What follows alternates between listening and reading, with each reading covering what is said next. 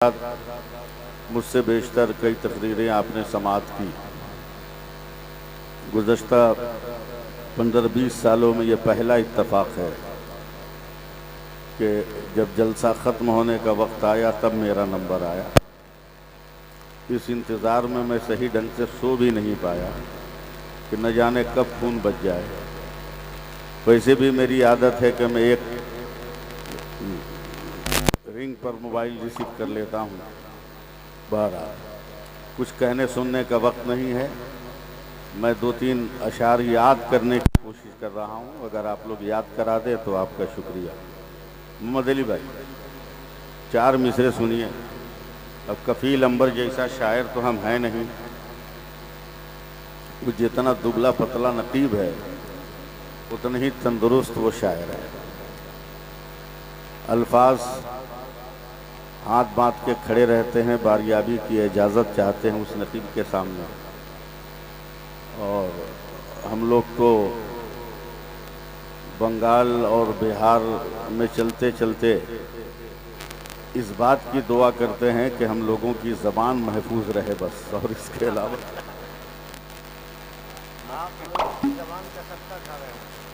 मैं 4 मिसरे पढ़ता हूँ तो शायद आपके लिए नई फ़िक्र नई सोच होगी।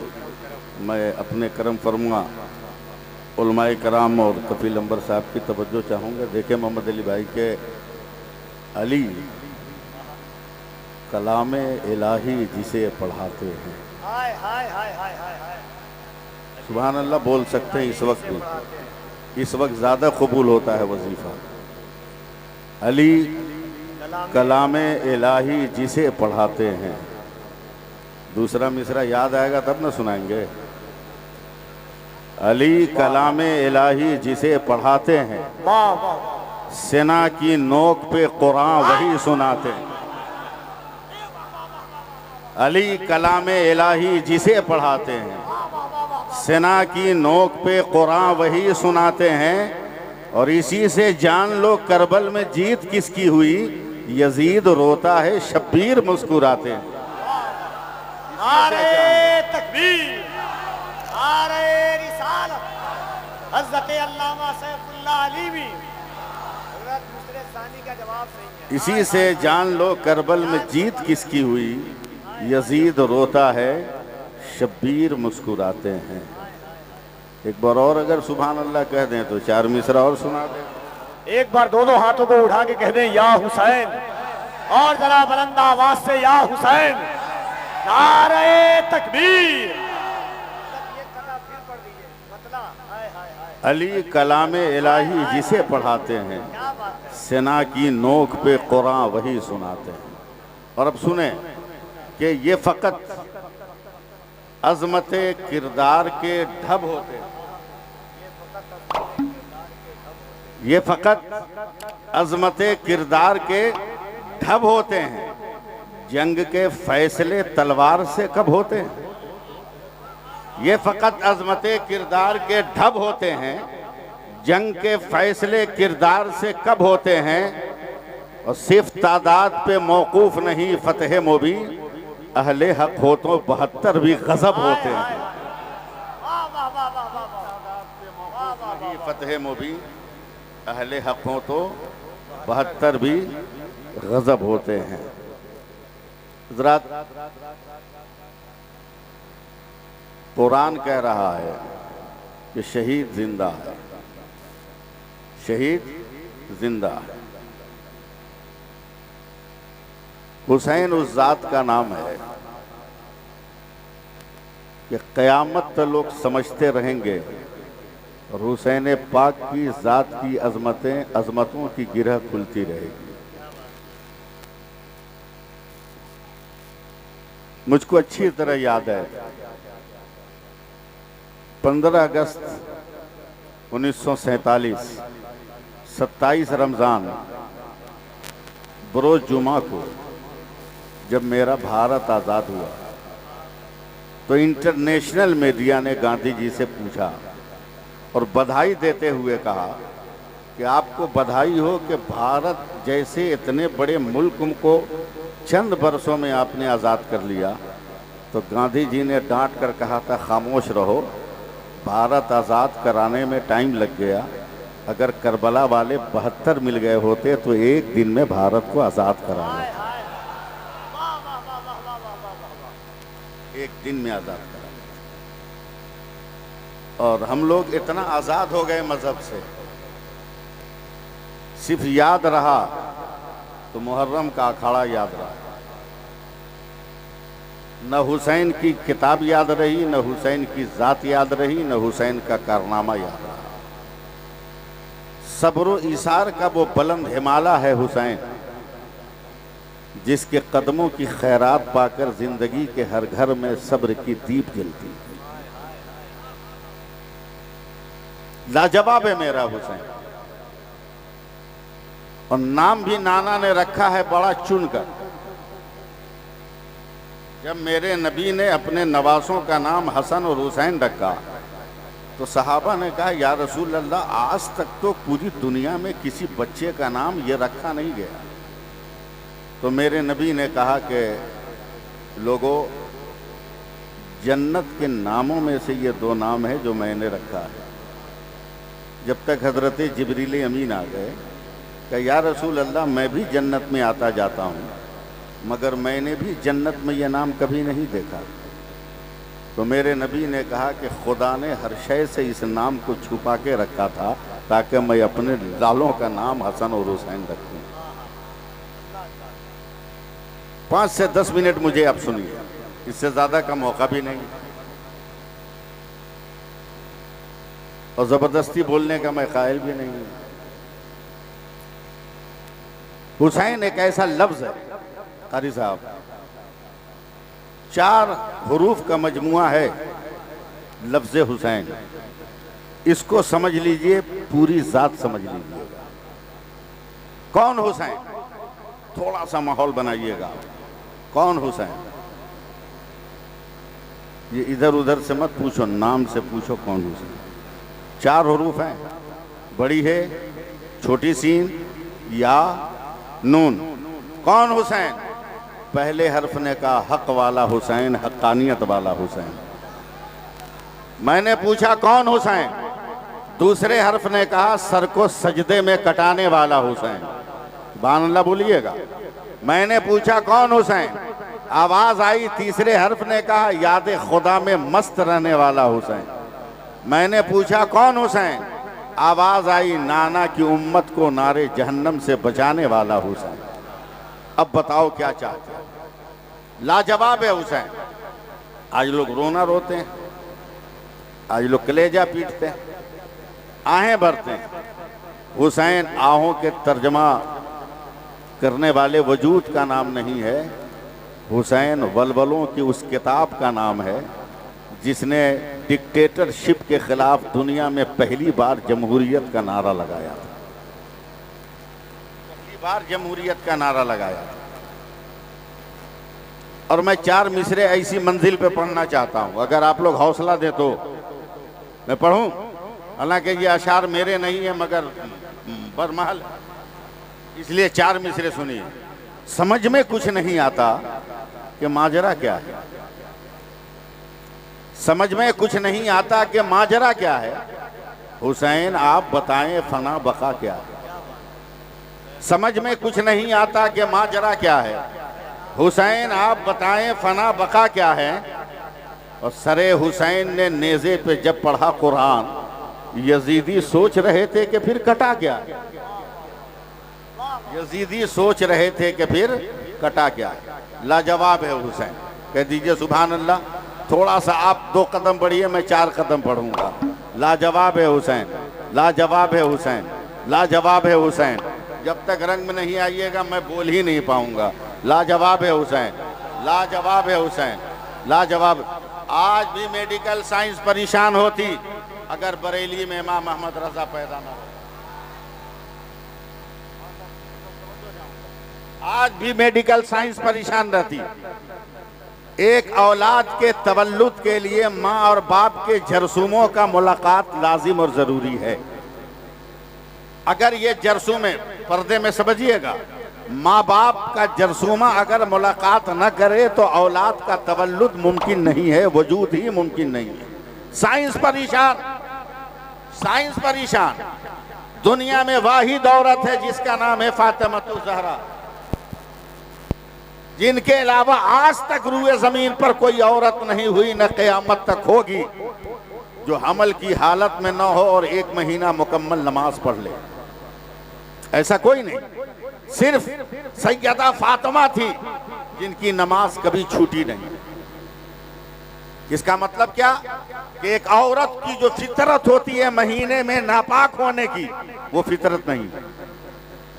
और ये फितरत औलाद को पैदा करने के लिए जरूरी है, इसलिए कि 9 महीने तक इस सील को बंद करके इसको औलाद की तरफ मुंतकिल करके उसके अंदर जान की रमक पैदा करने के लिए यही मादा काम आता है। दुनिया परेशान, मेडिकल साइंस हैरानो परेशान। ये जब फितरत नहीं तो हुसैन कैसे पैदा हुए, जब ये फितरत नहीं तो हसन कैसे पैदा हुए, जब ये फितरत नहीं तो मुसन्ना कैसे पैदा हुए, ये फितरत नहीं तो ज़ैनब कैसे पैदा हुई। दुनिया 1200 बरस तक हैरान थी। अचानक बरेली में इमाम अहमद रजा पैदा हुआ और उसने कलम उठाया, क्या सोच रहे हो, हुसैन कैसे पैदा हुआ? मैं बता रहा हूँ या रसूल अल्लाह, तेरी नस्ल पाक में है बच्चा बच्चा नूर का, तू आईने नूर तेरा सब। नारे तकबीर, नारे रिसालत, जिक्रे इमामे हुसैन।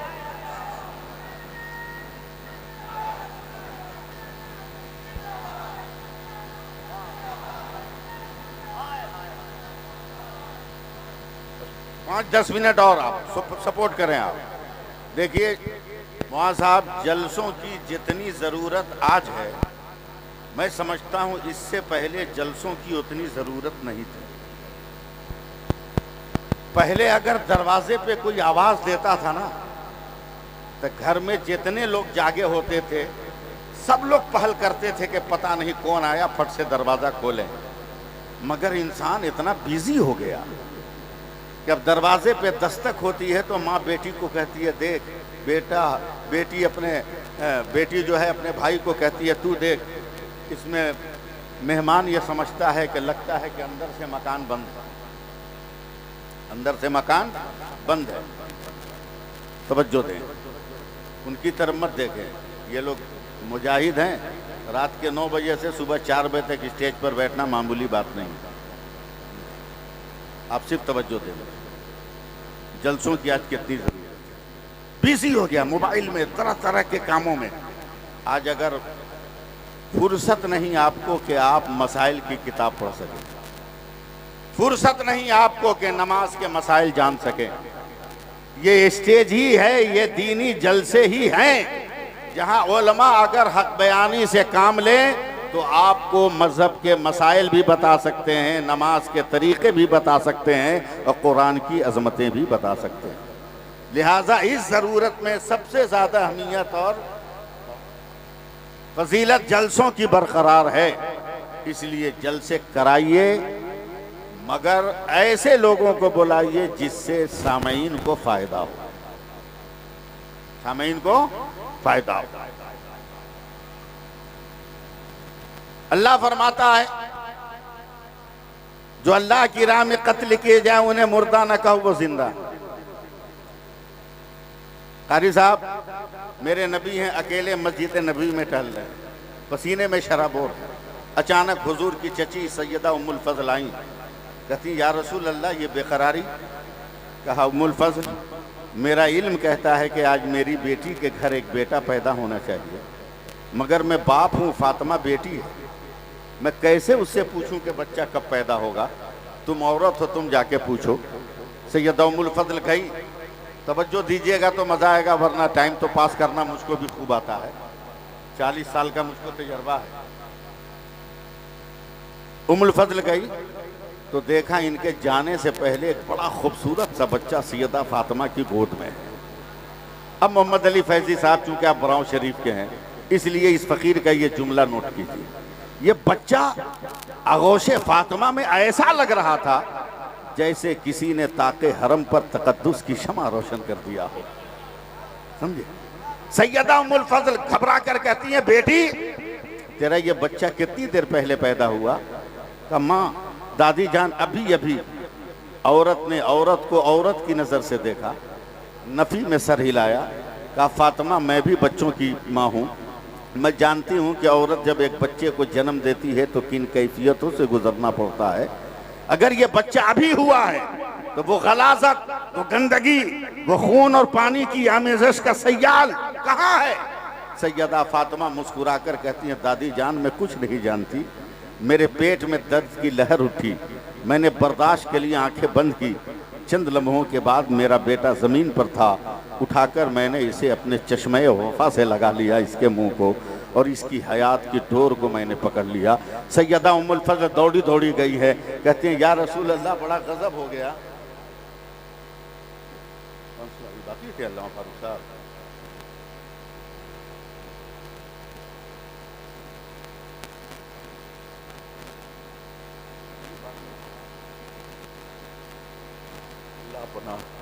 बताइए आपके इलाके का इतना जहादीदा खतीब अभी बाकी।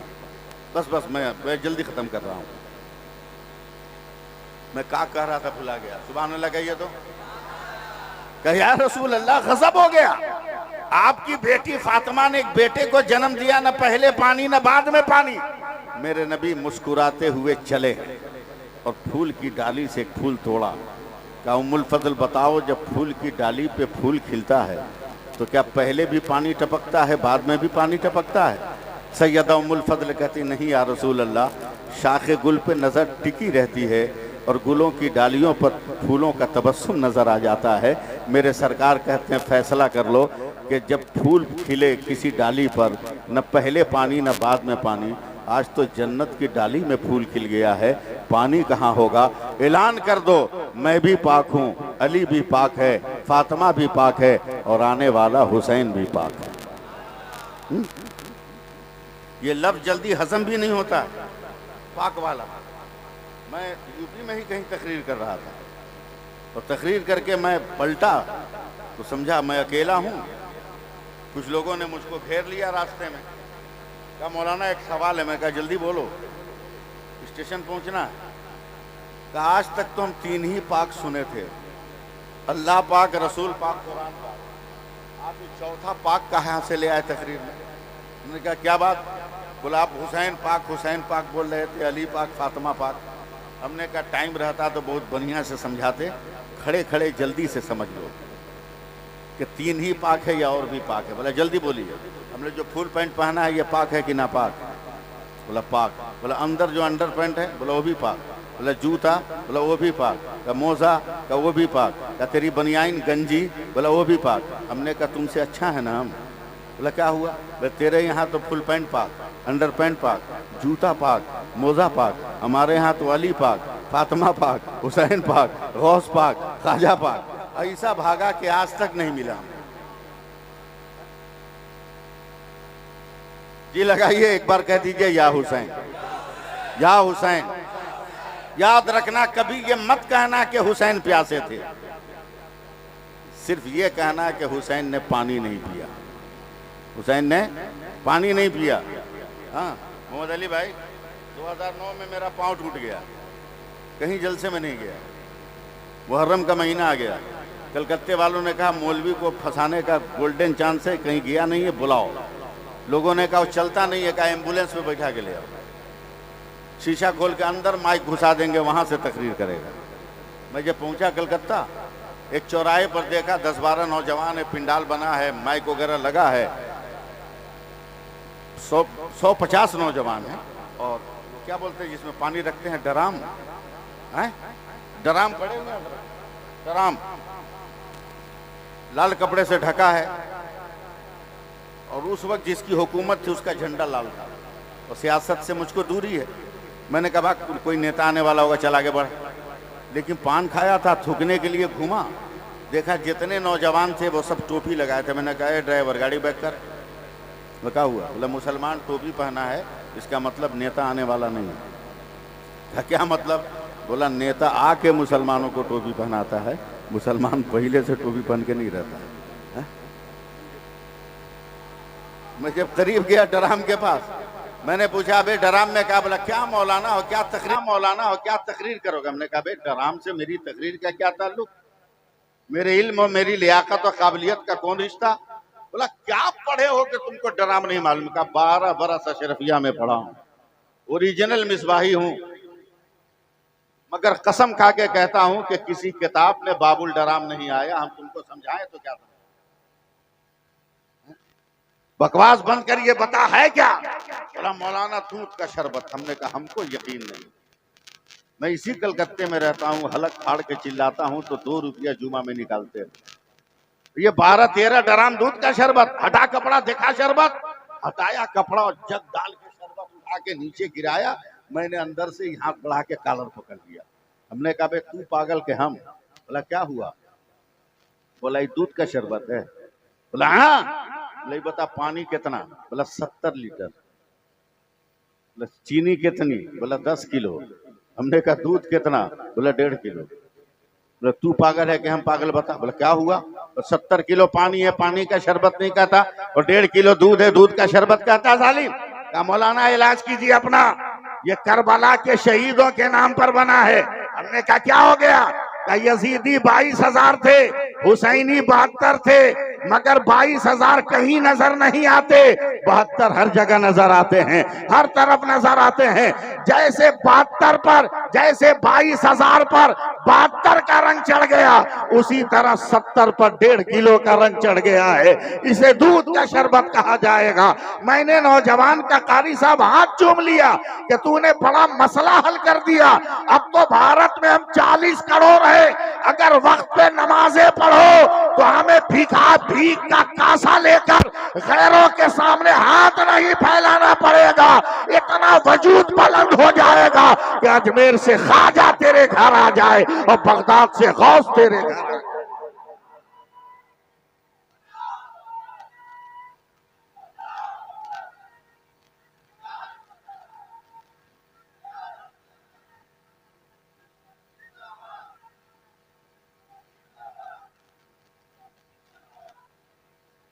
उन्नीसवां सालाना जलसा है आपका, सेंट्रल कमेटी का जलसा।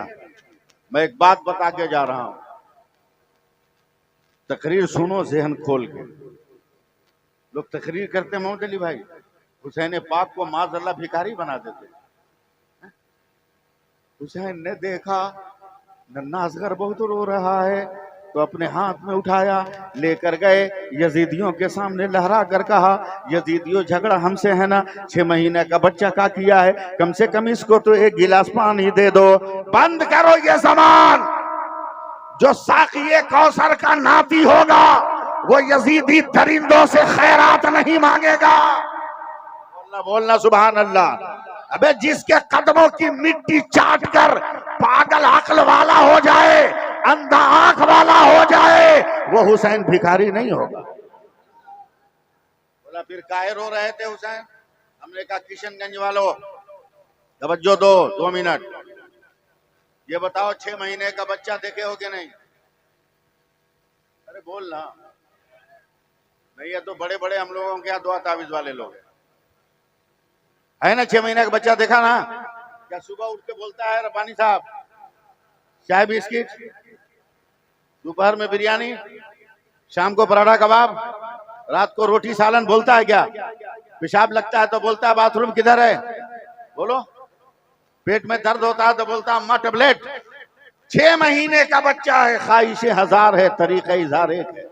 भूख लगेगी रोएगा, प्यास लगेगी रोएगा, पेट में दर्द है रोएगा, आंख में दर्द है रोएगा, गर्मी लग रही है रोएगा, सर्दी लग रही है रोएगा, तेल चाहिए रोएगा, माँ चाहिए रोएगा, बाप चाहिए रोएगा। बोल नहीं सकता। अल्लाह ने माँ को इतना इल्म दिया है कि बच्चा जब रोता है तो माँ वही काम करती है जिससे बच्चा राजी हो जाता है। करबला में नन्हे असगर रो रहे थे, कैसे तूने समझ लिया कि प्यास के लिए रो रहे थे? मेरी आंखों से देख। मेरे हुसैन ने देखा 70 तो शहीद हो गए, अब कोई बचा नहीं, अब मुझे जाना होगा।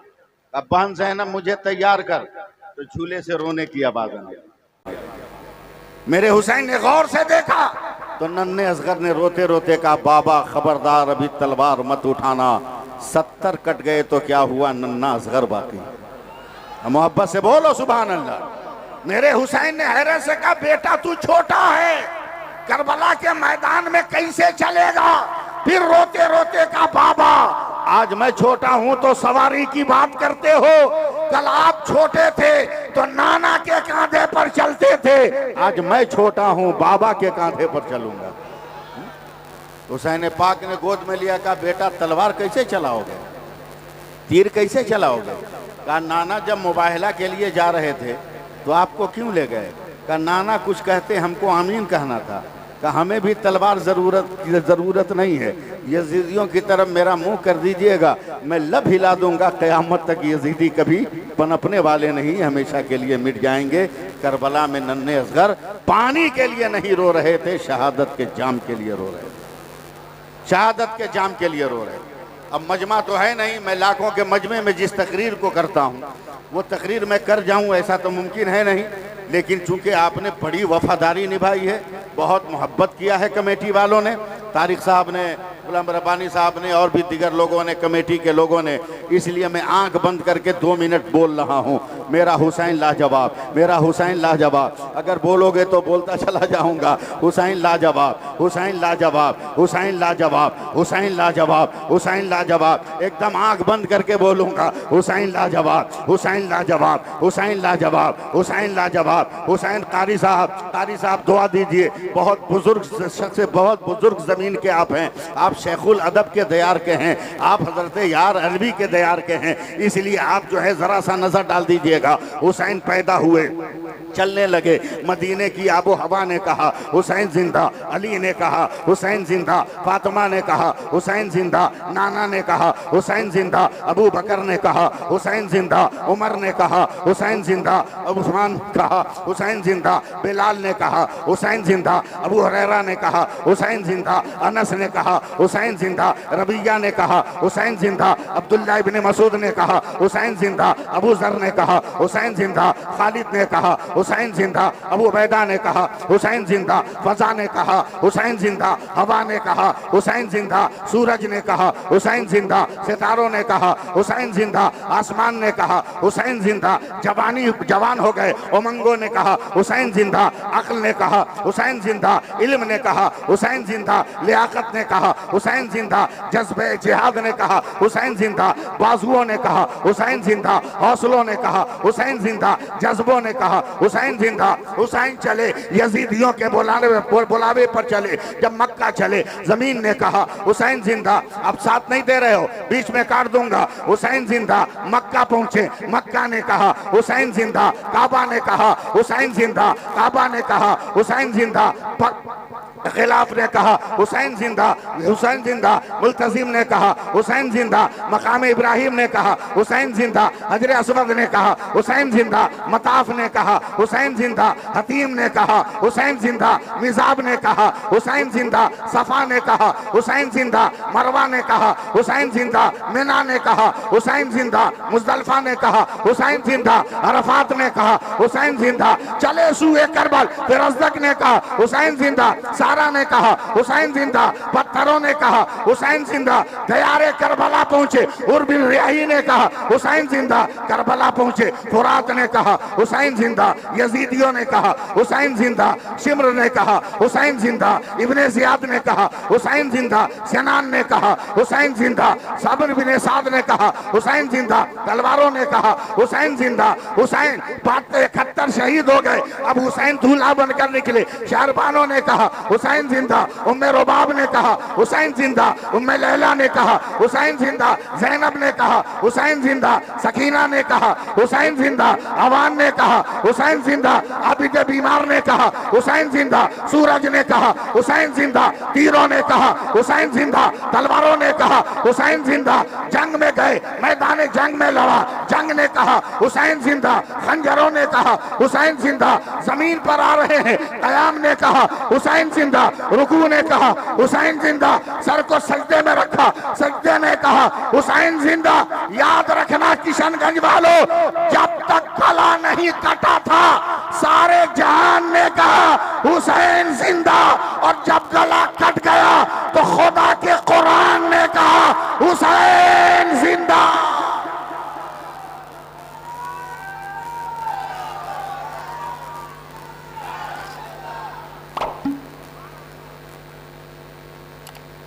मगर हुसैन पाक का फैजान कब मिलेगा? जब नमाज पढ़ो। बोलो सुभान अल्लाह। जुमा के दिन जाओगे दूसरे की चप्पल पहन के नहीं भागोगे तब। ये नमाज पढ़ो। 1 मिनट और सुन लो, वरना अल्लामा फारूक साहब कभी मुझको घुसने नहीं देंगे सीमांचल में। हाँ? 1 मिनट सुन लो। नमाज पढ़ो, सब फैजान मिलेगा। नमाज नहीं पढ़ोगे कोई फैजान नहीं मिलेगा। मालूम है, जर्मन यूनिवर्सिटी में मेडिकल रिसर्च सेंटर में हो गया, रिसर्च सेंटर में एक मुसलमान डॉक्टर को सर के बालों में मशीन की क्लिप लगाई गई, मशीन की क्लिप लगाई गई। उसके बाद उसे कहा गया तुम नमाज पढ़ो। मुसलमान ने जब नमाज पढ़ी, नमाज के दौरान खून की हरारत, दिमाग की नसों का तनाव, जिस्म की रगों का उभरना खींचना, जब मेडिकल साइंस ने रिसर्च किया तो पता चला कि दुनिया की हर बीमारी का इलाज नमाज में है। दुनिया की हर बीमारी का इलाज नमाज में है। इसलिए नमाजों की पाबंदी करो।